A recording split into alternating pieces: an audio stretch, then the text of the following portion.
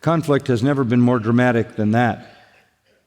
Things have reached the point where they either repent and believe in him, or they can't contain their fury, their rage, their hardness of heart. Why does he do this? Well, why does he exacerbate this conflict? Why does he elevate this? Why does he raise it to this level?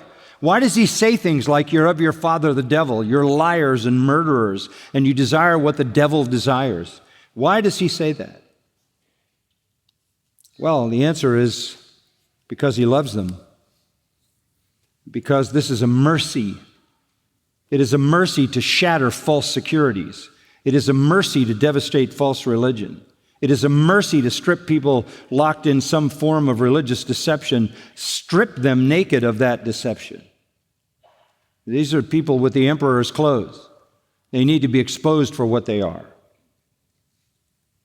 Their false religion needs to be dealt with in a very strong, stern confrontation.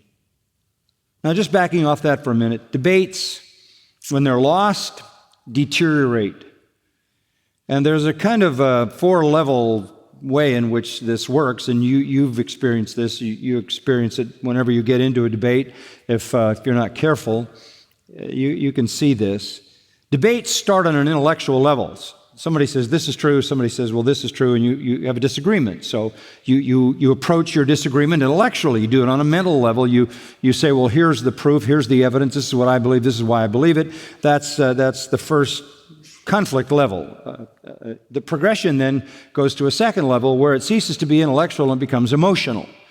This is where you start getting angry. You can't get your point across. You can't move the other person. The other person doesn't like what you said because they don't like the implications of what you said. They don't buy into what you said.